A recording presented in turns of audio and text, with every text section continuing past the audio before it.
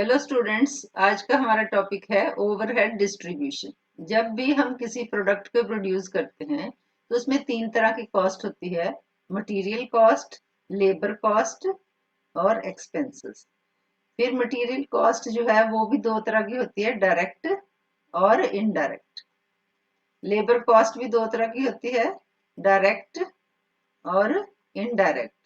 Expenses भी दो तरह के होते हैं, डायरेक्ट और इनडायरेक्ट। तो ये जो इनडायरेक्ट मटेरियल, इनडायरेक्ट लेबर या इनडायरेक्ट एक्सपेंसेस जो हैं, इन सबको हम कहते हैं ओवरहेड्स।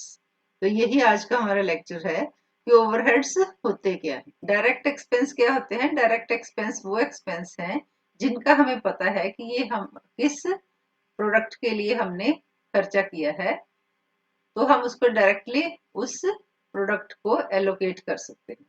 तो एलोकेशन क्या होगी कि वो एक्सपेंसेस जिनका हमें डायरेक्टली पता है कि ये इस प्रोडक्ट को मैन्युफैक्चर करने के लिए हमने यूज किए हैं, तो हम उस प्रोडक्ट को एलोकेट कर देते हैं। लेकिन इनडायरेक्ट एक्सपेंस हैं जिनको हम डायरेक्टली किसी प्रोडक्ट को एलोकेट नहीं कर सकते। उसके लिए हमें कोई ना कोई बेसिस लेना पड़ता है उसको अपोर्शन करने के लिए, तो उसको हम इनडायरेक्ट एक्सपेंस कहते हैं। इन सभी इनडायरेक्ट एक्सपेंस को हम ओवरहेड्स कहते हैं। इसको एक एग्जांपल से समझते हैं कि सपोज आपके पास एक पेन है, तो पेन को जो प्लास्टिक लगी पेन को बनाने के लिए, जो उसमें रिफिल है, वो हमें पता है कि ये डायरेक्टली इस प्रोडक्ट के लिए ही परचेज की गई है।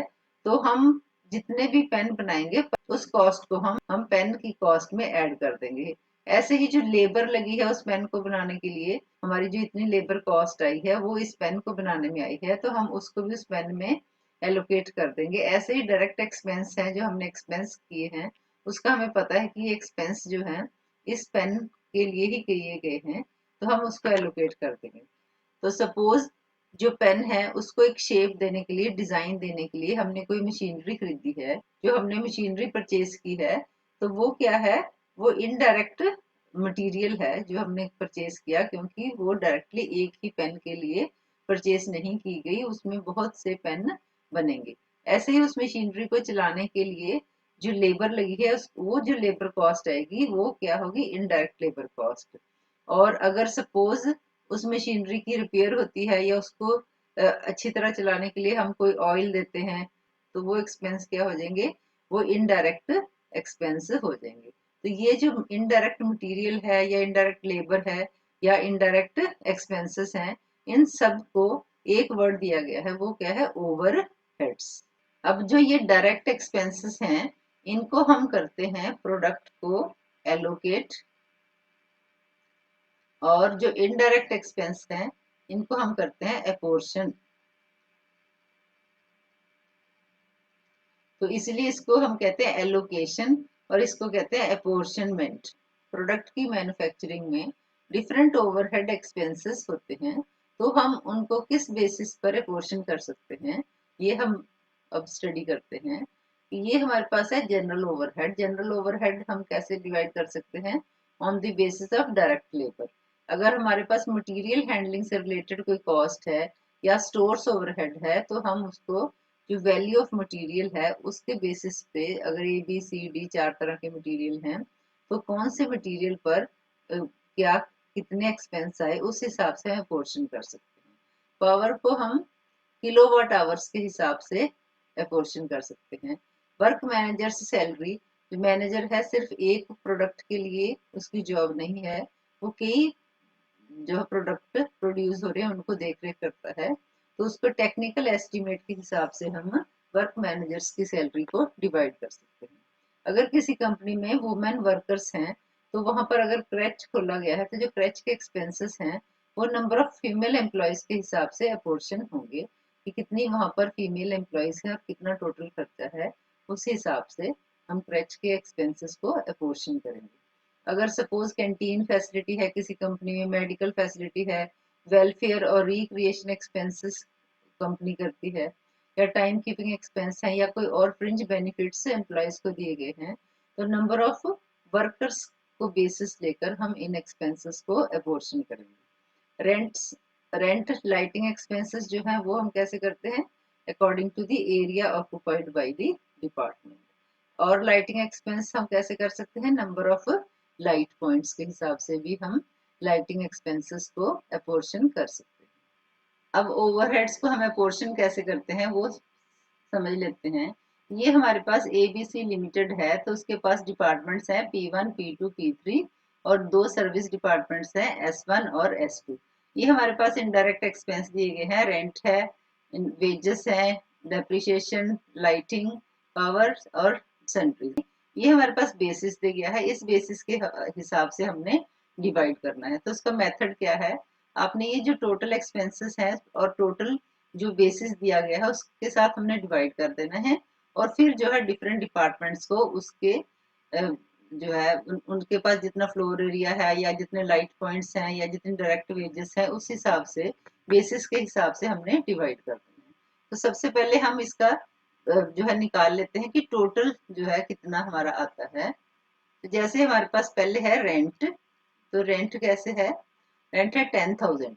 10,000 को हम ये टोटल, क्योंकि रेंट किस हिसाब से हम बांटते हैं, फ्लोर एरिया के हिसाब से, तो फ्लोर एरिया भी हमारे पास 10,000 है, तो इसका आंसर क्या आ जाएगा 1। अब जो 1 है इसको हमने 2,000, इसके पास 2,000 फ्लोर एरिया, 2,000 से मल्टीप्लाई कर देना। इसके पास 2,500 है, यहाँ पीछे हम देखते हैं कि जैसे ये 2,000 था हमारे पास फ्लोर एरिया, तो 2,000 को हमने 1 से मल्टीप्लाई किया तो हमारे पास आ गया 2,000। ऐसे ही इसके पास हमारा फ्लोर एरिया था 2500, 2500 को हमने 1 से मल्टीप्लाई किया, इतना आ गया। 3,000 को जब हम 1 से मल्टीप्लाई करेंगे तो इस यहाँ मैं इसका आंसर लिख देती हूँ, ये इसका आंसर है 1। तो 1 से हमने मल्टीप्लाई किया तो हमारे पास ये आंसर आ गया। नेक्स्ट है हमारे पास इनडायरेक्ट वेजेस। इनडायरेक्ट वेजेस हमारे पास है 3,000। 3,000 को हमने इनडायरेक्ट वेजेस किस हिसाब से डिवाइड करेंगे, डायरेक्ट वेजेस के हिसाब से। तो डायरेक्ट वेजेस टोटल हमारे पास कितने हैं, 10,000। इसको हम जब 10,000 से डिवाइड करेंगे तो हमारे पास आंसर आ जाएगा 0.3। अब 0.3 को हमने इन सब से मल्टीप्लाई कर देना है, 3,000 multiply by 0.3, 2,000 multiply by 0.3, 3,000 multiply by 0.3, 1,500 multiply by 0.3, 500 multiply by 0.3। ये जो आंसर आ जाएगा ये आ गया इसका 900, इसका 600, इसका 900, ये 450 और ये आ गया 15। ऐसे नेक्स्ट हमारे पास क्या है, डेप्रिसिएशन। अब डेप्रिसिएशन को हम कैसे लेते हैं, डेप्रिसिएशन है हमारे पास 20,000 और total value of the depreciation हम वैल्यू ऑफ मशीन के हिसाब से डिवाइड करते हैं, अपोर्शन करते हैं। तो ये 2,50,000 है। जब हम 20,000 को 2,50,000 से डिवाइड करेंगे तो ये हमारा आंसर आएगा 0.08। अब इसको हम कैसे करेंगे, 60,000 मल्टीप्लाई बाई 0.08, इसको भी 0.08, इसको भी 0.08, इसको भी 0.08, इसको भी 0.08। तो ये जो आंसर आ जाएगा वो हम नेक्स्ट अपने आंसर में लिखेंगे। थर्ड है हमारे पास general lighting. General lighting, general lighting हमारे पास कितनी है, 1200। और हमारे पास लाइट पॉइंट्स दिए गए हैं, तो हम लाइट पॉइंट के हिसाब से इसको डिवाइड करेंगे। तो टोटल लाइट पॉइंट्स हमारे पास हैं 60। तो इसको जब हमने डिवाइड किया तो हमारे पास आंसर आ गया 20। तो अब जो डिफरेंट डिपार्टमेंट से हमने अपोर्शन करने हैं वो कैसे करना है, 10 इंटू 20। लाइटिंग को हम इस तरह करेंगे, फिर 15 इंटू 20, 20 इंटू 20, 10 इंटू 20, 5 इंटू 20। उसके बाद क्या है, पावर। पावर हमारी कैसे है, ये है 3,000। तो 3,000 पावर किससे हमारी डिवाइड होगी, अपोर्शन होगी। पावर के अपोर्शनमेंट का बेसिस होगा HP ऑफ द मशीनरी। तो ये है हमारे पास 150। तो हम 150 से इसको डिवाइड कर देंगे तो ये भी हमारे पास आ जाएगा 20। तो जब हमने पावर को अपोर्शन करना है तो क्या करेंगे, 60 इंटू 20, 30 इंटू 20, 50 इंटू 20, 10 इंटू 20, यहाँ है नहीं इसलिए यहाँ हम अपोर्शन नहीं करेंगे। उसके बाद है हमारे पास सन्ड्रीज। सन्ड्रीज जो है वो हम किसके हिसाब से करेंगे, तो वेजेस हमारे डायरेक्ट वेजेस के हिसाब से। डायरेक्ट वेजेस कितनी है हमारे पास 10,000, तो इधर सन्ड्रीज निकाल लेते हैं। सन्ड्रीज कितनी है 20,000, 20,000 को हम 10,000 से डिवाइड कर देंगे तो ये हमारे पास आ जाएगा 2। तो सन्ड्रीज को जब हमने डिवाइड करना है तो ये हमने 3,000 इंटू 2, 2,000 इंटू 2, 3,000 इंटू 2, 115, 1500 इंटू 2 और 500 इंटू 2 करेंगे। तो ये हम आगे देख लेते हैं जो हमने किया है। जैसे ये पहला क्या था हमारा, इनडायरेक्ट वेजेस का आंसर हमारा कितना आया था, पोर्शन जब किया 1 आया था, ये 1 से मल्टीप्लाई करके आ रहा है, ये हमारे पास है 0.3। नेक्स्ट कितना है, वैल्यू ऑफ द मशीनरी का जो हमने आंसर निकाला था वो था 0.08। लाइट पॉइंट्स का था हमारे पास 20। एचपी ऑफ द मशीनरी का हमारे पास था, और डायरेक्ट वेजेस जिसके हिसाब से हम सन्ड्रीज डिवाइड किए तो वो हमारे पास आया था 2।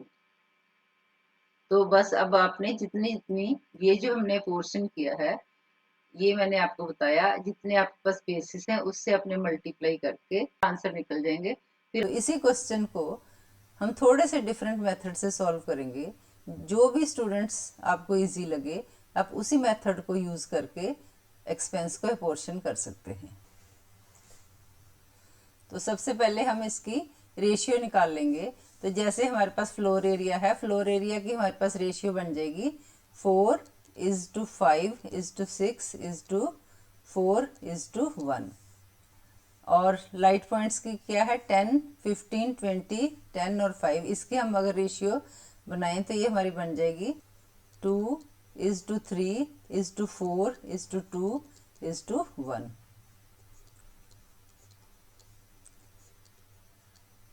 डायरेक्ट वेजेस की रेशियो बनानी हो तो हमारी बन जाएगी 6:4:6:3:1।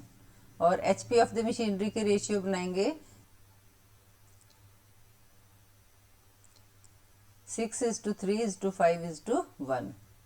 12:16:20:1:1। ये हमारे पास डिफरेंट एक्सपेंस हैं। इन एक्सपेंस को हम सुटेबल बेसिस लेकर डिफरेंट डिपार्टमेंट्स में अपोर्शन करेंगे। तो हमारे पास रेंट है, रेंट हम फ्लोर एरिया के हिसाब से अपोर्शन करेंगे। तो ये हमारे पास रेशियो हमने निकाल ली है। तो हम आंसर कैसे निकालते हैं, जैसे 10,000 हमारे पास टोटल एक्सपेंस है तो इस रेशियो को हम प्लस कर लेंगे तो ये हमारे पास क्या बन जाएगा, टोटल इसका टोटल है 20। तो जैसे हमारे पास ये 10,000 है एक्सपेंस, 10,000 को पहले हमने P1 में डालना है तो 4/20 करेंगे तो हमारे पास आंसर आ जाएगा 2,000। तो ये 2,000 हम इधर लिख देंगे। इसी तरह जो है हम सभी एक्सपेंस को डिवाइड कर देंगे। सेकंड जैसे हमारे पास क्या है 2,500 है, ये क्या है 5/20। अब हम लिखेंगे 10,000 5/20। तो ये हमारा क्या है 2,500 हमारा आंसर आ जाएगा। तो यहाँ हम 2,500 लिख देंगे। इसी तरह 3,000 कैसे आएगा, 10,000 मल्टीप्लाई बाई 6/20। तो इसका आंसर हमारे पास आ जाएगा 3,000। इसी तरह 2,000 निकाल लेंगे और इसी तरह हम 500।